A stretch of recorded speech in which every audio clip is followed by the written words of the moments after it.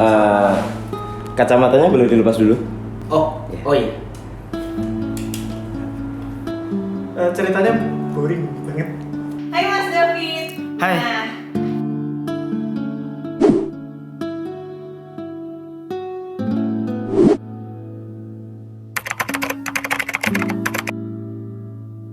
Jadi kenapa film ini dibuat itu sebenarnya ya simple sih. Kita mencoba untuk membuat sesuatu yang baru di produksi kami yang kedua ini.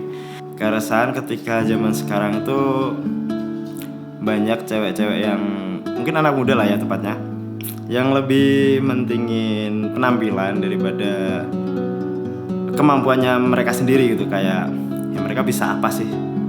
karena emang 680 km ini secara garis besar menggambarkan, menceritakan tentang insecurity seorang cewek yang sebenarnya punya bakat, tapi dia insecure dengan pandangan orang luar gitu tentang body privilege, beauty privilege gitu.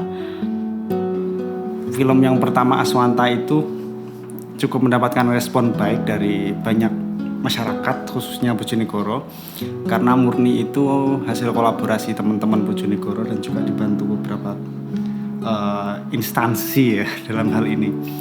Terus kemudian film yang kedua yang kita beri nama 680 itu sebuah ide dari sutradara sebenarnya.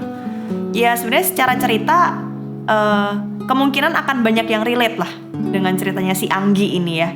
Cuman mungkin karena ya baru produksi pertama dalam hal yang one take ini, dan juga maksudnya kan tujuannya kan memang supaya orang lebih bisa fokus ke ceritanya, bukan memikirkan tentang teknisnya. Jadi pesan yang ingin disampaikan tuh bisa lebih tersampaikan ke penonton gitu. Yang mereka pentingin saat ini, mungkin untuk saat ini yang saya lihat adalah ya mereka lebih mentingin penampilan gitu aja sih. Terus karena adanya ketakutan akan beauty privilege, jadi banyak di zaman ini tuh banyak yang ngerasa kayak orang yang cakep atau ya orang yang cakep lah ya, itu lebih gampang untuk ngelakuin sesuatu gitu, kayak dapat pekerjaan atau apa. Nah kayak gitu sih sebenarnya.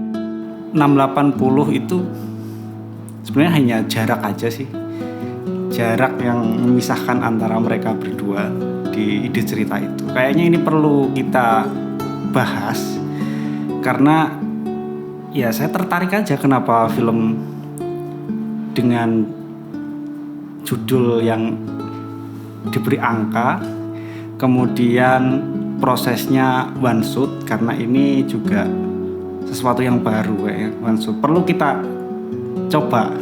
Nah itu. Jadi menurutku sebenarnya ceritanya udah bagus karena ya pasti bisa relate sama banyak orang. Cuman ya itu karena ya project pertama, jadi pasti adalah kekurangan dalam hal cerita ya kan. Maksudnya entah karena alurnya yang kurang rapih dan segala macam gitu.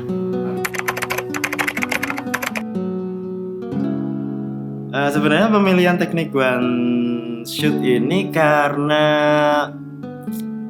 ya sebenarnya tujuan saya pengen penontonnya itu lebih fokus ke ceritanya aja sih, nggak terpaku sama teknis, nggak terpaku sama hal-hal lain selain alur cerita. Karena sebenarnya kalau menurut saya esensi dari sebuah film itu ya di ceritanya sendiri. Ya walaupun cerita 680 ini juga masih banyak perlu revisi ya sebenarnya, tapi ya setidaknya saya pengen ngebuat penonton itu benar-benar fokus sama ceritanya aja sih. Karena sebenarnya kan teknik one take itu ribet pada saat prosesnya, tapi pada saat orang nontonnya itu simple gitu. Yang menariknya kan di situ, maksudnya prosesnya ribet tapi sebenarnya pas ditonton tuh ya udah gitu loh.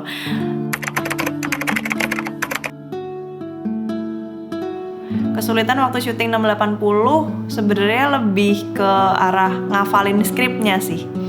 Pas sebelum proses syutingnya ngafalinnya, karena itu skrip ada sekitar 14 lembar dan dialognya cuma diisi sama 2 orang.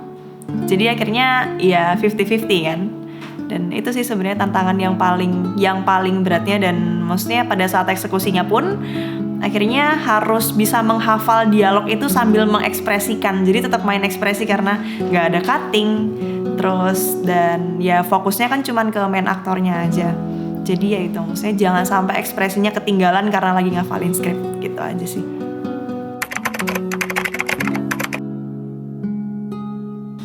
Sebuah karya itu pasti punya penontonnya masing-masing, baik itu yang pro maupun kontra. Tentunya bagi orang yang nggak suka dengan ide ceritanya itu suatu yang lumrah sih, karena ada beberapa hal yang kita masukkan di situ. Contohlah body shaming, kayak semacam itu kan sebenarnya sarkas banget, tapi film ini bukan untuk menjudge seseorang, tetapi untuk mengedukasi lah.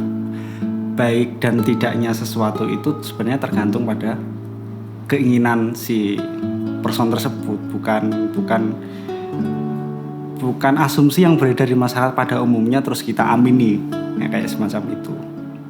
Ya nggak apa-apa sih, karena saya juga sadar bahwa ketika saya nulis 680 ini dan saya masukkan kayak saya nulis dialognya ada yang ngebahas tentang penyanyi dangdut dan lain-lain, itu juga saya udah mikir bahwa kayaknya juga bakalan punya haters deh untuk. Dan saya rasa kalau ya wajar lah kalau sebuah karya itu ada yang nggak suka dan ya udah gitu, maksudnya semua orang bebas. Entah itu mau suka atau enggak ya terserah mereka gitu aja. Saya nggak mempermasalahkan itu, yang penting saya udah bikin karya dan saya tulus bikin karya itu, ya udah, dan karya itu jadi, itu saya udah senang banget.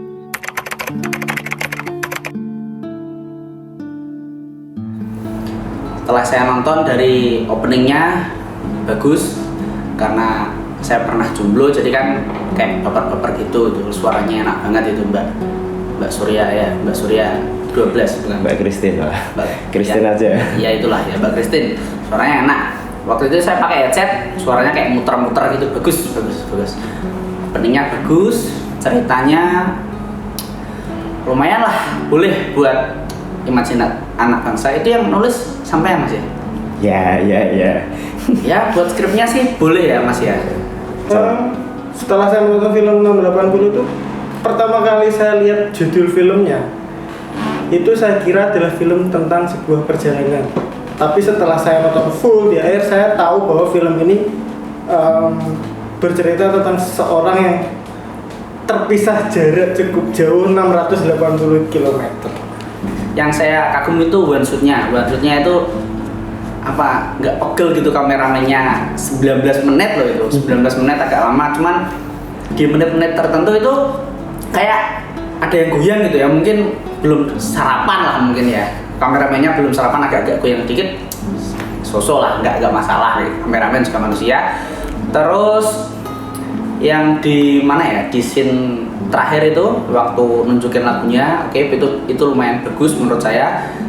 Kelebihannya sih kalau menurut saya dari segi shoot videonya bagus, cuma kalau dari segi ceritanya pun relevan dengan kehidupan yang ada saat ini, relevan tentang musik, tentang dangdut dan segala macamnya itu sangat relevan dengan kehidupan sekarang.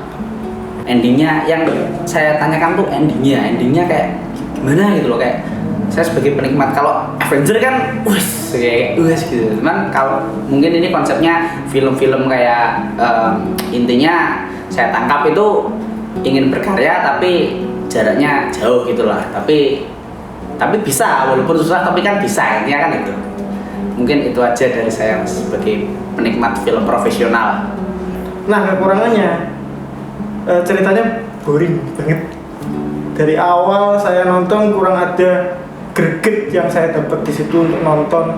Mungkin untuk nonton kedua kalinya ya, karena saya sudah nonton full. Kayak gitu. Oke. Terima kasih Mas Tata. Sampai ketemu di lain kesempatan. Kacamatanya jangan lupa dipakai. Oh iya.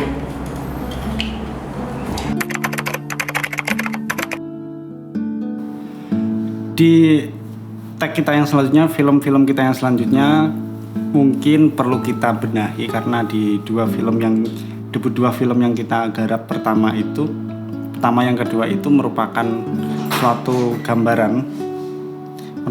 gambaran di mana banyak proses yang harus kita lalui baik itu dari sisi produksi maupun ide cerita, kontennya dan sebagainya.